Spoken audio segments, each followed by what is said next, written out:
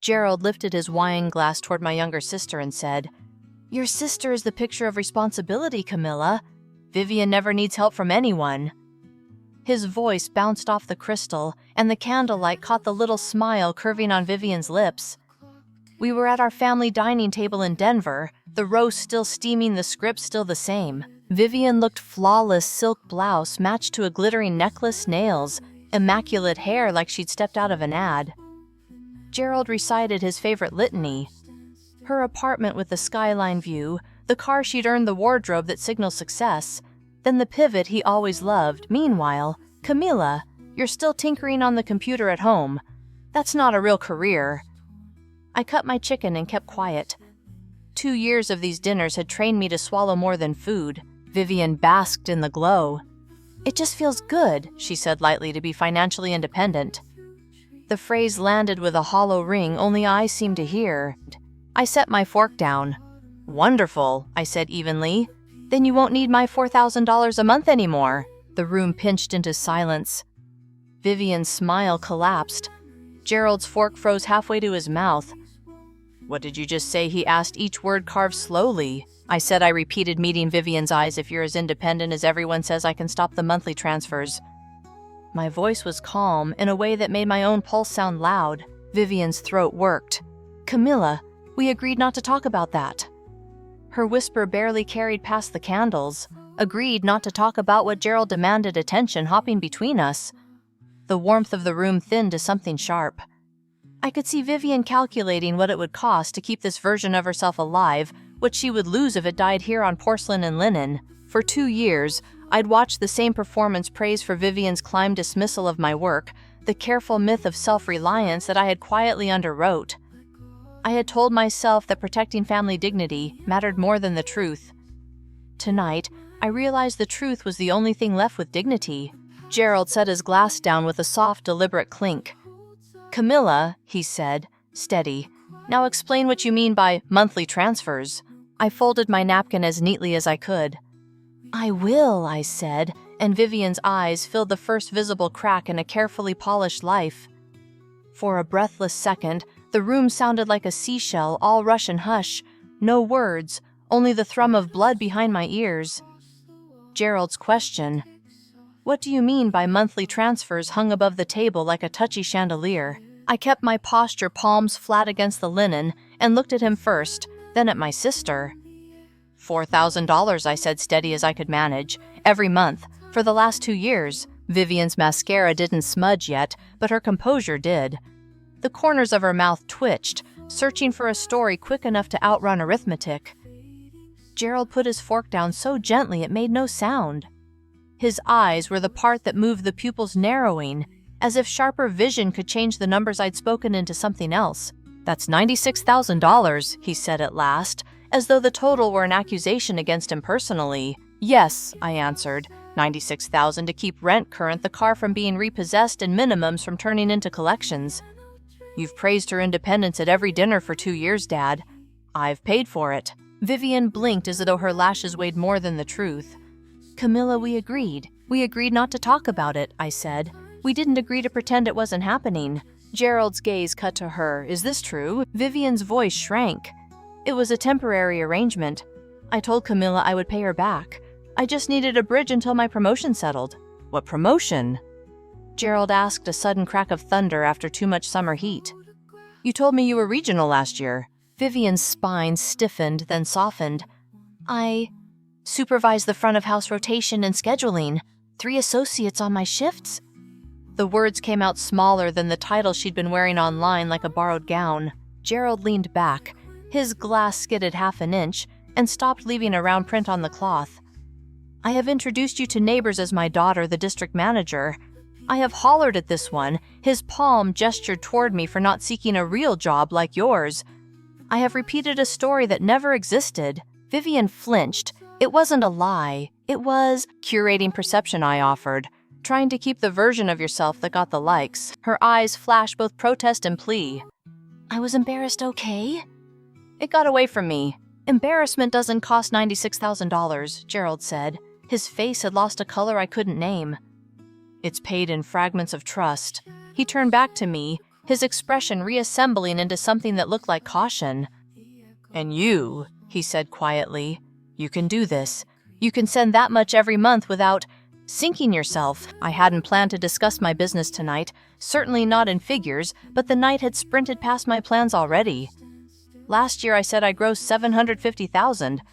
After expenses and taxes, I cleared around $400. The table absorbed the statement. The candle flame seemed to steady. For a heartbeat, Gerald just stared.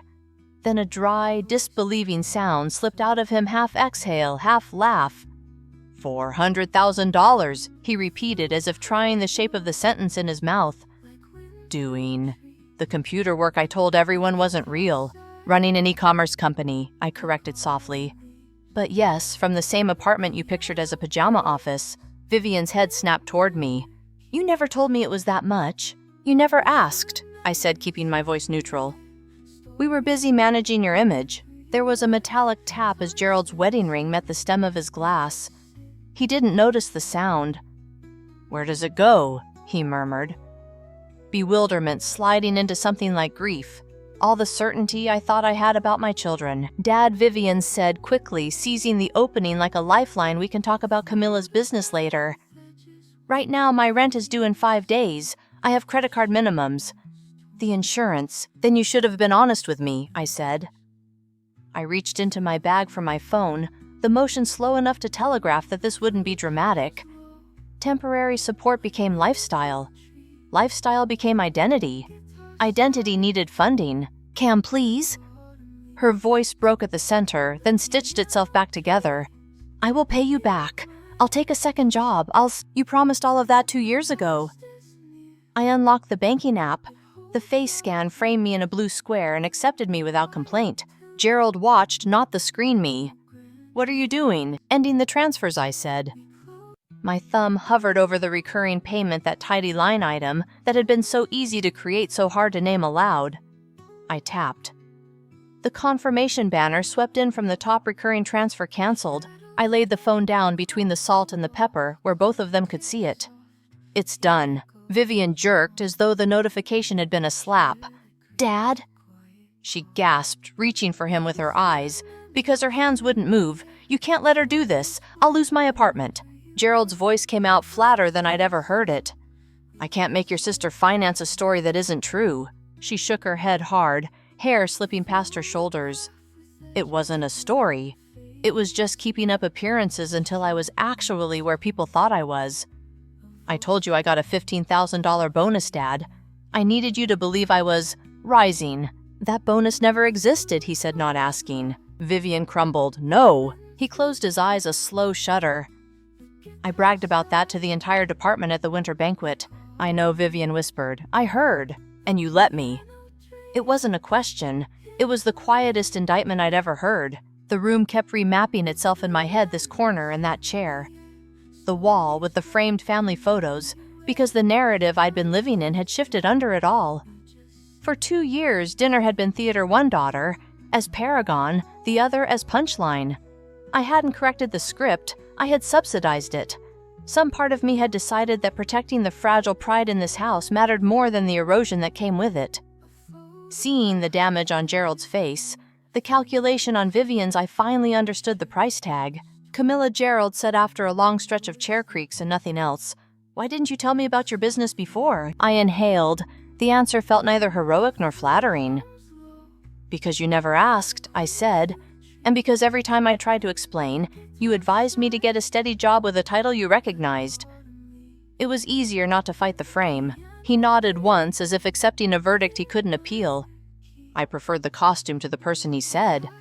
I'm sorry. Vivian seized on the word. So we can fix this, she said quickly, her eyes swinging to me and back. We can set terms, treat it like a proper loan with interest. I'll stop buying extras. I'll move to a cheaper place short term. Just don't cut it off cold. You moved to a showpiece because the help existed, I said. You wore debt like jewelry and called it confidence. You asked me to keep quiet while Dad used me as a cautionary tale. I'm not angry about the wire transfers. I'm angry about the story. What do I tell people? She demanded, desperation scouring her tone into something raw and childlike. They think I'm successful. Tell them you're starting over, I said. Tell them you spent 2 years pretending to be a person you couldn't afford.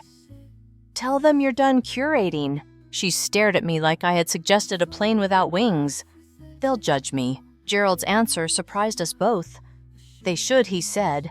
It might be the first true assessment you've earned in a long time. Vivian reeled as if pushed. So that's it.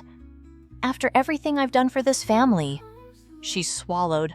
After all the pressure to look good, $96,000 looks like everything from where I sit, I said. And pressure doesn't require designer labels or a skyline lease. Gerald rubbed his forehead, the gesture of a man translating regret into language. We are not going to litigate childhood at this table, he said. What we are going to do is step out of a fantasy. Camilla is not your safety net. I am not your publicist.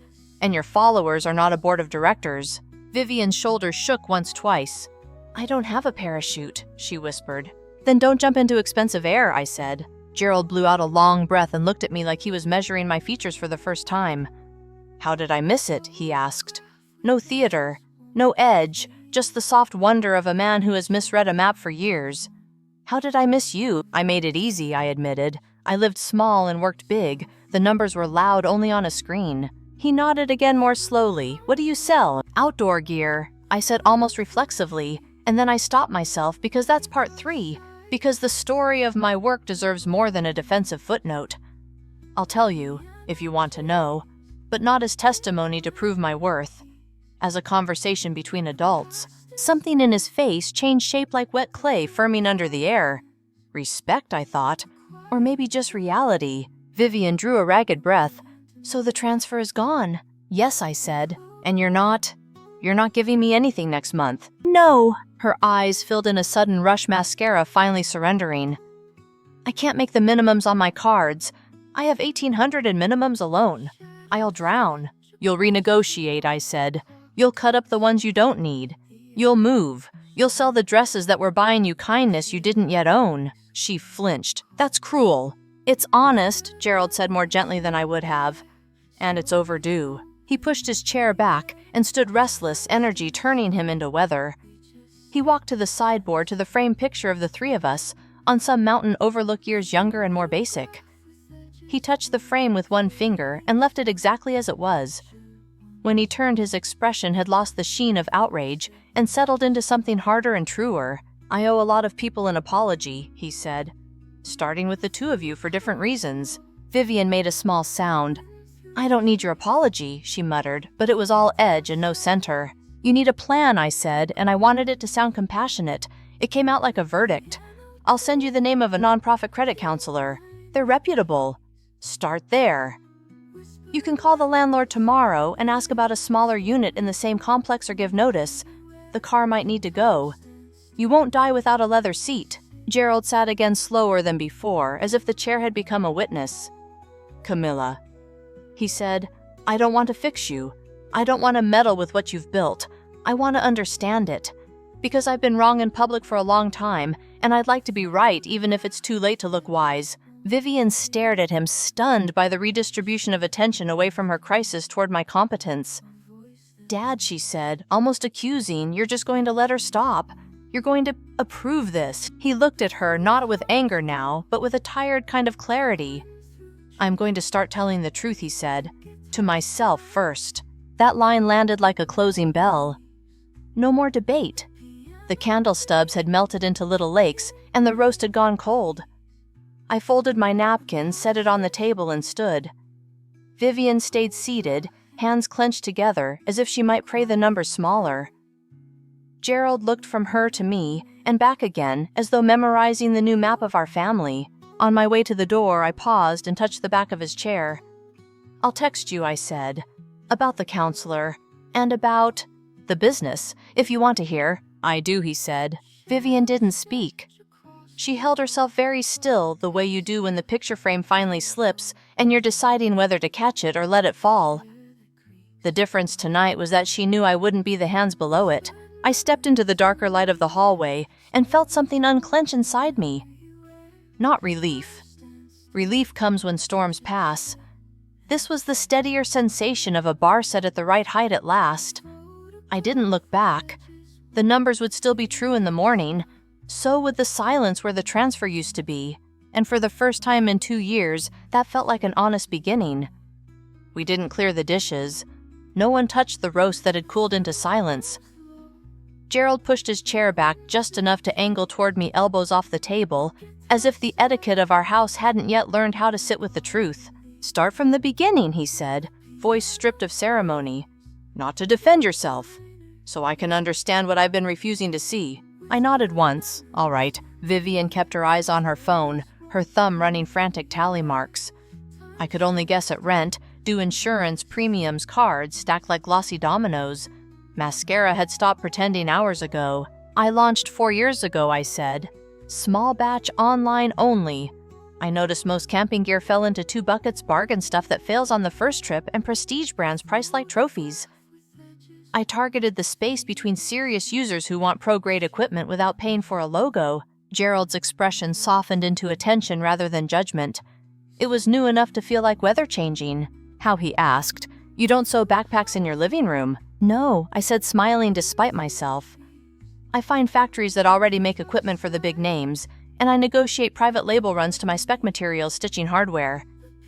I design the line they manufacture. I handle all the rest: forecasting, vendor relationships, listings, ads, returns, customer support."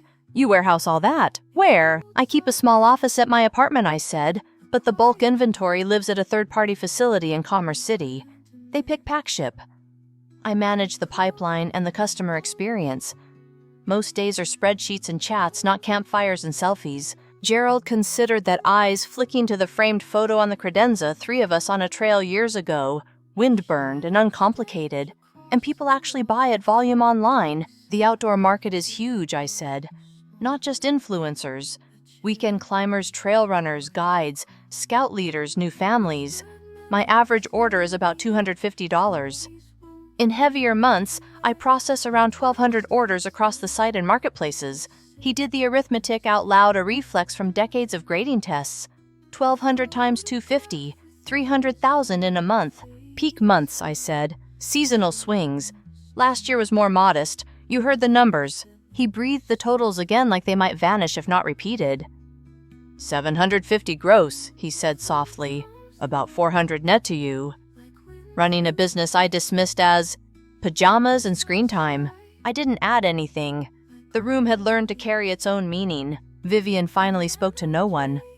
"My minimums are 1,800, she murmured, reading the figure like an eviction notice. "That's just to keep the cards from screaming." "You have options," I said, turning to her but refusing to braid comfort with denial. "A non-profit credit counselor. Debt management that lowers rates and sets real payments. Sell the extras. Move closer to work or smaller within the complex. Return the car if you must. Ride the bus. It's not forever, but it is now."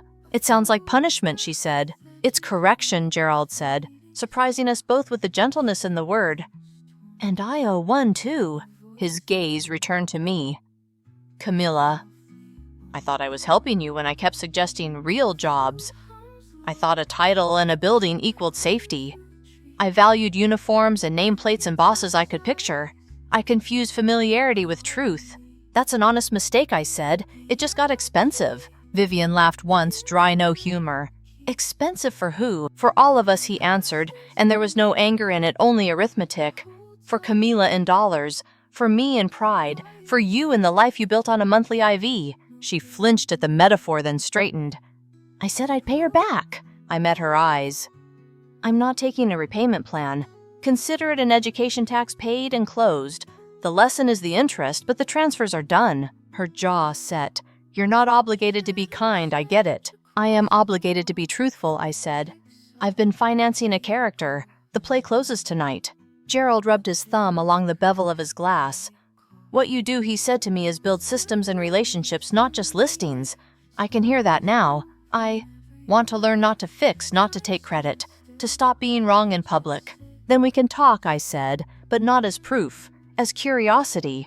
He nodded. "Deal." A simple word, but it carried a new contract between us. Vivian's gaze ping-ponged, looking for a handhold, and me, I just reinvent subject lines. "Hi, friends. I lied about my promotion." "You don't owe the internet a memoir," I said. "You owe yourself a budget. You can tell people you're simplifying. You can tell close friends you are overextended and you're recalibrating. You can tell the truth, which is the only version you won't have to remember. That will erase me, she said, voice thin. It will reveal you, Gerald replied, which is scarier at first and cheaper in the long run. Silence again, the kind that remaps furniture. I could almost hear the storylines in the house pull up their roots and rearrange. Gerald looked back to me, shifting into practical. How do you decide what to add to your product line? Data first, I said. Returns and reviews tell you where gear fails in the wild zippers, seams, buckles, coatings. Then I prototype fixes with suppliers, price them at about 60% of what premium brands charge, and make sure the warranty and service exceed expectations. I don't try to be the cheapest. I try to be the brand that solves the problem without the markup.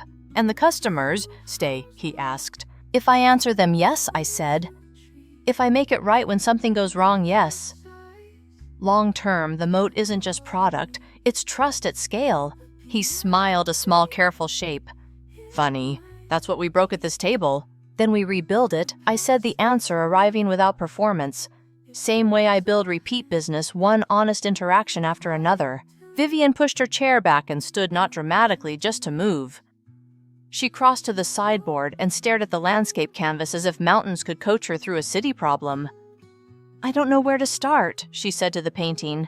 I offered steps, not sympathy. Freeze spending today. List the designer pieces. Accept that you'll get half of what you paid. Call the counselor in the morning. Email the landlord by noon. Find a sublet or a studio within your ratio. Kill the car if it saves you $300 a month. None of this is a personality, it's a plan. She nodded without turning around.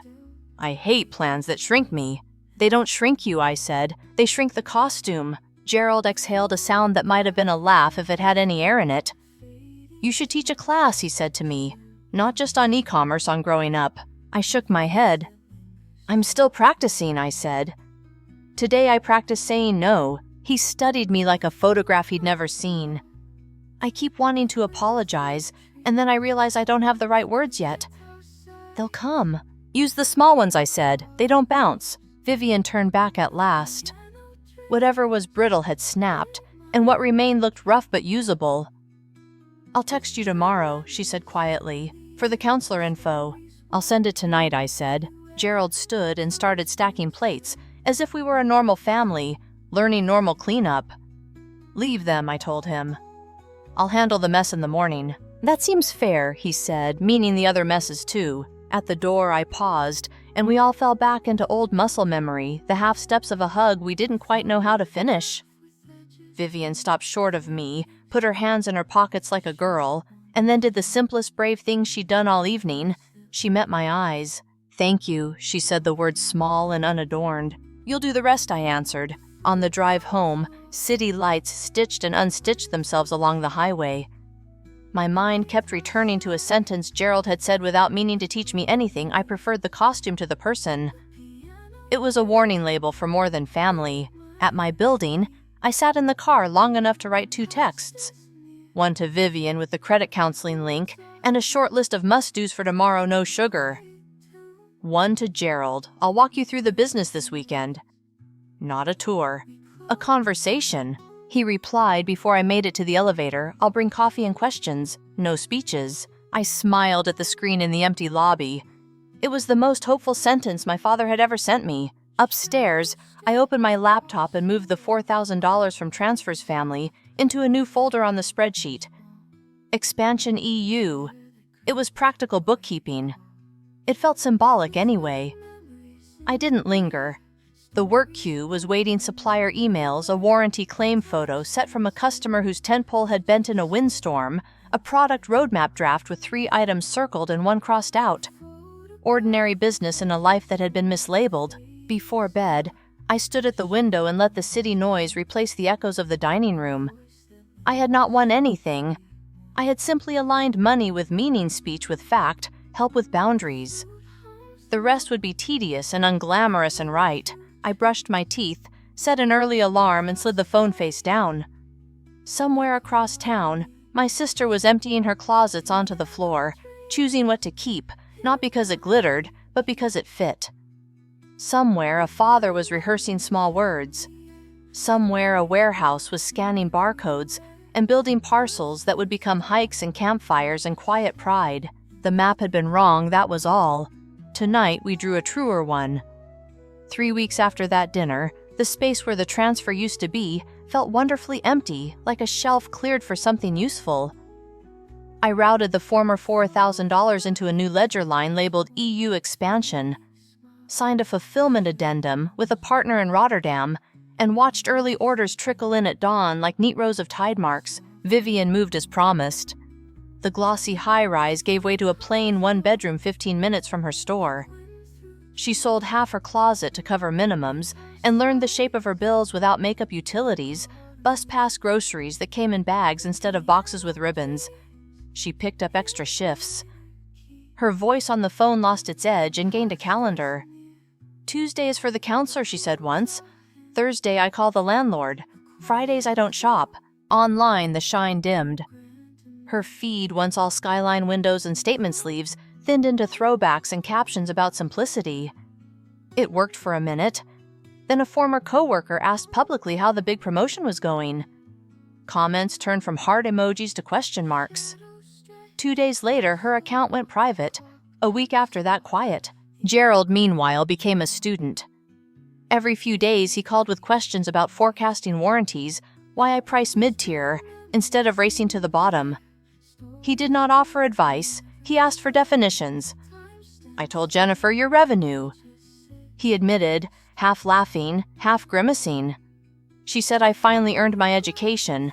He started correcting the story he'd told for years, one neighbor at a time. I confused a costume with a person. He said to me, "I'll spend whatever social capital I've got left making that clear." I didn't gloat.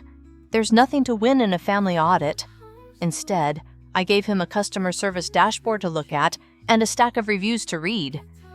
He sent back questions with timestamps. We were improbably collaborating on the same page. By month 5, ordinary life had formed grooves where chaos used to run. My margins held while shipping costs wobbled. The new warehouse handled returns without drama. I hired a part-time coordinator to triage tickets so I could focus on the roadmap. The old transfer line item did more work in Europe than it ever had across town. At 6 months, reality finally caught Vivian. The counselor's plan had bought her time, not absolution. The credit lines she'd braided into a lifestyle tightened into a knot she couldn't untie. Bankruptcy was the only clean cut. She turned in the car. The furniture looked bigger in the smaller room. Friends who liked the version of her with floor-to-ceiling windows drifted. The ones who liked her laugh stayed. Dating, she told me Riley, was easier without reservations you can't afford. Gerald weathered his own correction. The same people who'd heard him brag about the district manager now heard him say he'd been wrong about titles, about work from home, about what competence looks like when it wears cotton. The embarrassment was real. So was the relief. "It's quieter in my head," he said. "I don't have to keep a lie fed." When he visited my office one Saturday, he stood in the doorway, hands in his pockets, as if the room might startle. Laptops, sample packs, a wall grid where product ideas moved on magnets. Nothing glamorous, everything deliberate. "It looks like a business," he said, and then laughed at himself for needing to say it out loud. "It is," I said. He nodded toward the whiteboard. "What's next?" "Boots," I said. "A midweight that solves the seam blowout everyone complains about, and warranty terms that make people feel seen." He grinned. "You're building a company out of repairs." "Out of promises kept," I corrected. That night, alone at my window, I replayed none of the old lectures, none of the performative dinners. What stayed was simpler. A father learning small, honest words. A sister writing a budget instead of a caption. A spreadsheet line that finally matched my values. People talk about revenge like it's a feast. It isn't. It's a diet you can't live on. The only thing that fills you is alignment. I texted Vivian a photo of a tent prototype with a note. "If you ever want a weekend away, I'll loan you the gear. No strings." She replied with a single thumbs up, then a second message. "Thanks, Cam. I start early tomorrow." The city turned its lights down and kept working. So did we. The costume was gone. The person remained. Thank you so much for listening to today's story. If this story resonated with you or made you reflect, I'd love to hear your thoughts, so feel free to share them in the comments below. And don't forget to like, subscribe, and hit the notification bell so you won't miss the next story. I'll see you next time as we continue exploring more journeys and lessons together.